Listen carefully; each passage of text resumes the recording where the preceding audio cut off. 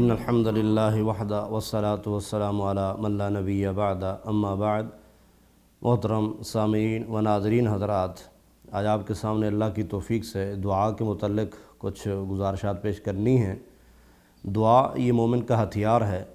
جب انسان پریشان ہوتا ہے، ماں باپ بھی سو چکے ہوتے ہیں، گھر کے سارے اس کے مخلص افراد سب سو چکے ہوتے ہیں، اس وقت کوئی اس کی بات سننے والا نہیں ہوتا، صرف اور صرف آسمان والا۔ گویا کہ دنیا کے تمام جو اسباب تھے وہ ختم، صرف ایک سبب باقی ہے، اللہ تعالیٰ کی ذات، جو اس کے لیے ہی ساری رات جاگتی رہتی ہے۔ کبھی اللہ کو اونگ اور نیند تک بھی نہیں آتی اپنے بندوں کی معاملات سننے کے لیے۔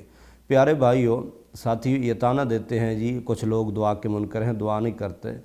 اللہ تعالیٰ وہ ذات ہیں کہ جن سے نہ مانگو تو ناراض ہو جاتے ہیں، اللہ سے بار بار مانگو اللہ خوش ہوتے ہیں۔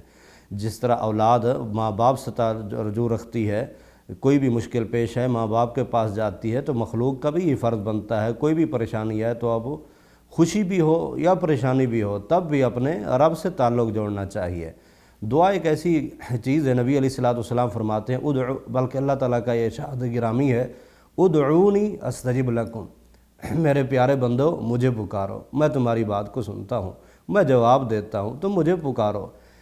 یہ وہ لوگ ہیں جنہوں نے رب کو پکارا اور اللہ نے ان کی بات سنی اور انہوں نے اللہ تعالیٰ کے مقام کو سمجھا ہے۔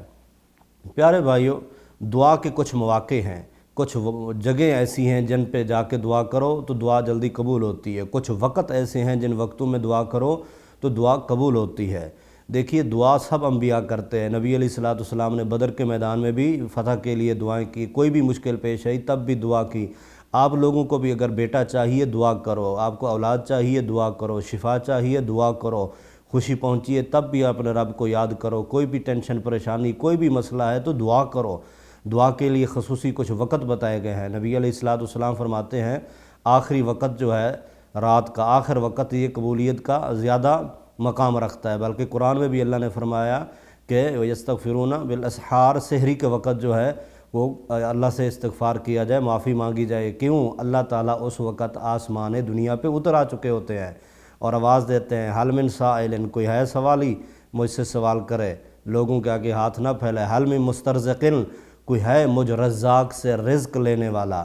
آج ہم رزق کے پیچھے تو بھاگتے ہیں، رزاق سے رابطہ نہیں ہے۔ کوئی گناہوں کی معافی مانگنے والا؟ الغرض یہ تہجد کا وقت، سحری کا وقت قبولیت کا وقت ہے۔ اسی طرح نبی علیہ الصلوۃ والسلام فرماتے ہیں لا يرد الدعاء بین الاذان والاقامہ، اذان اور اقامت کے درمیان کا جو وقت ہے جس کو ہم باہر ٹوٹیوں پہ اور لیٹرینوں میں اور آتے جاتے ضائع کر دیتے ہیں، یہ وقت جو ہے اذان اور اقامت کے درمیان والا یہ قبولیت کا وقت ہے۔ اس وقت کے اندر آ کے انسان اللہ سے دعا کرے، اللہ جلدی قبول کرتے ہیں۔ اسی طرح فرض نماز کے بعد جو ہی سلام پھرتا ہے اس وقت بھی تمام فرائض نمازوں کے بعد قبولیت کا وقت ہے، اجتماعی نہیں ہے، قبولیت کا وقت ہے۔ دعا اس سے معلوم ہوتا ہے جائز ہے، لیکن ہر آدمی اپنی اپنی مانگے، امام کو کیا خبر کہ پچھلوں نے کیا کیا مانگنا ہے، کیا کیا ضرورت ہے۔ اس لیے جتنا ہو سکے اپنا اکیلے کوئی چاہے ہاتھ اٹھا کے مانگے، بغیر ہاتھ اٹھائے مانگے۔ فرض نمازوں کے بعد دعا کا ثبوت ہے لیکن اجتماعی کا نہیں ہے، اجتماعی آپ صلی اللہ علیہ وسلم نے نہیں کی ہے، فرداً جو بھی چاہے اپنا دعا کرے۔ اسی طرح سفر کے حالت کے اندر دعا کرنا اللہ تعالیٰ جلدی قبول کرتے ہیں۔ اسی طرح کچھ موقع ہیں، بیت اللہ شریف ہے، وہاں جا کے دعا کرنا جلدی قبول ہوتی ہے، خصوصاً دروازے سے لے کر حجر اسود کا درمیان والا جو حصہ ہے جسے ملتزم کہا جاتا ہے، وہاں نبی علیہ الصلوۃ والسلام چہرہ بھی لگاتے تھے، سینہ بھی لگاتے تھے اور دعا کرتے تھے اور فرماتے تھے لوگوں اس ملتزم پر جو بھی انسان اللہ سے نیک چیزیں مانگتا ہے اللہ تعالیٰ اس کی دعا رد نہیں کرتے۔ صفا پہاڑی پہ بھی آپ صلی اللہ علیہ وسلم دعا کرتے تھے، وہاں دعا کرنا اللہ جلدی قبول کرتے ہیں۔ مروہ پہاڑی پر بھی آپ صلی اللہ علیہ وسلم دعا کرتے تھے۔ اسی طرح حج کے موقع پر آپ صلی اللہ علیہ وسلم عرفات میں بھی دعا کرتے تھے، عرفات میں قبولیت کی جگہ ہے۔ اسی طرح پہلے دن 10 ذی الحج کو پہلا جو جمرہ ہے، پہلا جس کو بعض لوگ شیطان کہتے ہیں، حالانکہ شیطان نہیں کہنا، وہ جمرہ عقبہ، اس کو کنکری مارنے کے بعد وہاں بیت اللہ کی طرف منہ کر کے وہاں دعا کرنا وہ بھی قبولیت کی جگہ ہے۔ کچھ قبولیت کی جگہیں ہیں، کچھ قبولیت کے وقت ہیں جن وقتوں کے اندر اپنے رب سے تعلق جوڑنا چاہیے۔ یاد رکھیے دعا کے لیے گھنٹوں دعاؤں کی ضرورت نہیں کہ ایک آدمی آدھا گھنٹہ لگا رہے، 1 گھنٹہ لگا رہے۔ میرا رب معاف کرنے پہ آئے، میرا رب دینے پہ آئے تو ایک جملہ ہی کافی ہوتا ہے۔ لہذا اس دعا کے اندر غافل دل نہ ہو، باوضو ہو، قبلہ رخ ہو، اور انہماک سے، توجہ سے اللہ تعالیٰ سے جو چیز اس کو ضرورت ہے وہ مانگے۔ آج افسوس یہ ہوتا ہے کہ شرک کے اندر مبتلا ہیں، آج غیر اللہ کے دروں پہ جاتے ہیں، ان کو سجدے کرتے ہیں، ان سے مرادیں لیتے ہیں۔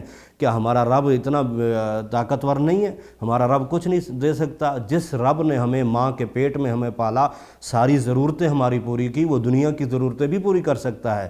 اس لیے رات ہو یا دن ہو، خوشی ہو یا غمی ہو، اپنے رب سے تعلق رکھنا چاہیے، اسی سے ہی مانگنا چاہیے۔ اللہ مجھے اور آپ کو اپنے گھر کا محتاج رکھے۔